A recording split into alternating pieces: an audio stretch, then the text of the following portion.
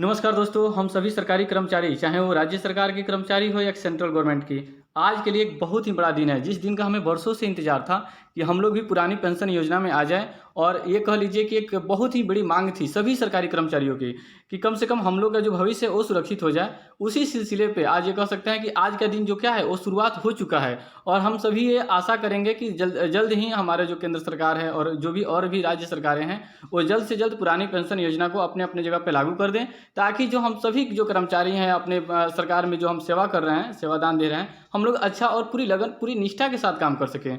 देखिए दोस्त, आज उसी सिलसिले में जो राजस्थान के माननीय मुख्यमंत्री अशोक गहलोत, जो बहुत ही बड़ा इनका कदम ये कह सकते हैं कि ये भारत के इतिहास में एक बहुत ही बड़ा कदम है इनका। उन्होंने क्या ट्वीट किया हम देखते हैं कि हम सभी जानते हैं कि सरकारी सेवाओं से जुड़े कर्मचारी भविष्य के प्रति सुरक्षित महसूस करें, तभी वे सेवा काल में सुशासन के लिए अपना अमूल्य योगदान दे सकते हैं। अतः 1 जनवरी 2004 और उसके पश्चात नियुक्त हुए समस्त कार्मिकों के लिए मैं आगामी वर्ष से पूर्व पेंशन योजना लागू करने की घोषणा करता हूं। जी हाँ दोस्त, आप ये कह सकते हैं कि इनका जो ये कदम है, माननीय मुख्यमंत्री जो हमारे राजस्थान के अशोक गहलोत सर का, एक बहुत बड़ा कदम है। और ये समझ लीजिए कि जितने भी सरकारी कर्मचारी हैं, आज से उन लोगों को ये जो एक था कि मन में निराशा थी, वो बहुत बड़ी आशा में बदल चुकी है कि हम लोग के भी नई पेंशन योजना लागू होगी। आज नहीं तो कल जो केंद्र सरकार में भी लागू होगी, और हम लोग भी नई पेंशन योजना को छोड़ करके पुरानी पेंशन योजना पे आ जाएंगे, और हम लोग का भी भविष्य क्या होगा, सुरक्षित होगा।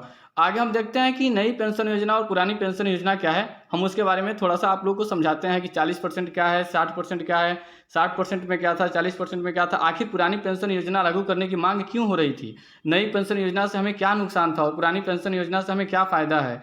सरकार तो कहती है कि नई पेंशन योजना ही आपके लिए लाभदायक है। तो बस आपसे 2 मिनट लेंगे, आप वीडियो को लास्ट तक बने रहें और आइए समझते हैं उसके बारे में। देखिए, न्यू पेंशन स्कीम क्या है। देखिए, जो न्यू पेंशन स्कीम को हम एनपीएस कहते हैं। एनपीएस एक सरकारी निवेश की स्कीम है। इस स्कीम के माध्यम से रिटायरमेंट के बाद पेंशन दी जाती है। नेशनल पेंशन स्कीम में नियोक्ता का मतलब ये होता है कि जिस फॉर्म में आप काम कर रहे हो, चाहे वो राज्य सरकार में आप काम कर रहे हो या सेंट्रल गवर्नमेंट में, वो आपका नियोक्ता, यानी कि हम जहाँ पे नियुक्त हैं।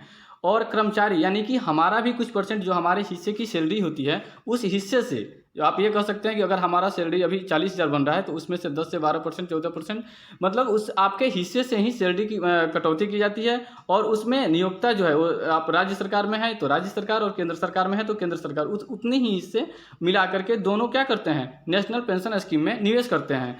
एनपीएस के तहत कर्मचारी रिटायरमेंट के समय कुल जमा राशि से 60% निकाल सकते हैं। आपकी सैलरी से जितना पैसा कटा, आप जिस समय नियुक्त हुए थे उस समय से लेकर के आप जब भी रिटायर कर रहे हो उस समय तक जितना पैसा आपके खाते से, आपके सैलरी से कटा है और जितनी गवर्नमेंट दी है, दोनों इंक्लूड करके दोनों जोड़ा जाता है, और वहाँ से 60% आप निकाल सकते हैं। जैसे आप रिटायरमेंट करोगे तो वहाँ से 60% आप निकाल सकते हैं, और जो भी आपकी सैलरी का 40% बचेगा, वो आपकी राशि पेंशन योजना में चली जाती है।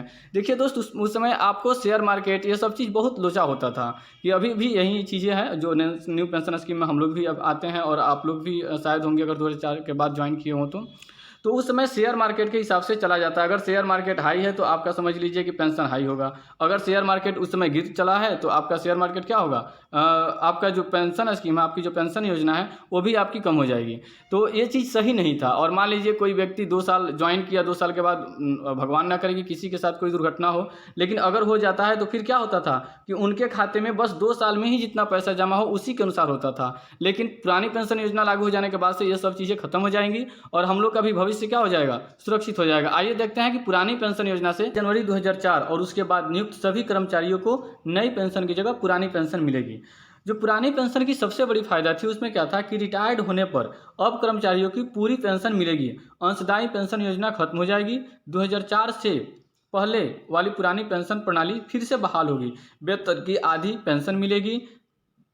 जो सबसे बड़ी चीज़ थी यही कि आप जब भी रिटायर हो रहे हो, चाहे वो 2 साल की नौकरी किए हो या 20 साल की या 30 वर्ष या 35 वर्ष, आप जब भी रिटायर हो रहे हो उस समय जितनी भी आपकी सैलरी थी उसकी आधी सैलरी पुरानी पेंशन योजना के तहत दी जाती थी। लेकिन वो चीज़ एनपीएस में समाप्त हो जाती थी। एनपीएस का मतलब क्या कि अगर आप 2 साल भी नौकरी की हो, आपकी सैलरी अगर उस समय रिटायरमेंट के समय 80,000 रुपया है, आप मात्र 2 साल ही काम किए हों, तो 2 साल में आपका जितना कटा होगा उसमें अगर मान लीजिए कि 2 लाख ही जमा है आपका, तो उस 2 लाख पे फिर 40% के हिसाब से गणना करके, यानी कि समझ लीजिए कि जब हमें सैलरी मिलती थी 80,000 और जब लोग रिटायर होते थे, जब वो अपना नौकरी छोड़ते थे, तो उनकी पेंशन 2,2500 पे आ जाती थी, जो कि बहुत ही गलत हम अभी भी है एनपीएस में जो भी हम लोग हैं, वो हमारे साथ भविष्य जो आप ये कह सकते हैं हम लोग का सुरक्षित महसूस नहीं होता है।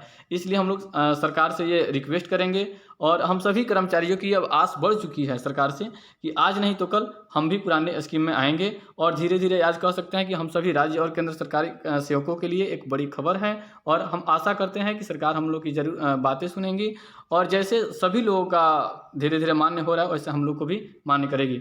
चलिए धन्यवाद। आपसे हम एक गुजारिश कर रहे हैं कि आपके भी आसपास में अगर कोई बच्चा एसएससी इस सब सीएचएसएल या सीजीएल एमटीएस की तैयारी कर रहे हों तो सीएचएसएल का फॉर्म का लास्ट डेट 7 मार्च तक है। आप उनसे जल्द बोल दीजिए कि वो फॉर्म भर दें। और हमारा जो चैनल है वो एसएससी के लिए समझिए कि तैयारी करा रहा है। डेली हम लोग जीके का डाल रहे हैं एक एक वीडियो जो एग्ज़ाम में पूछेगा उसका पूरा विश्लेषण के साथ। और आप जुड़िए और मैथ रीजनिंग इंग्लिश भी हम अपने चैनल से कराएंगे। चलिए धन्यवाद।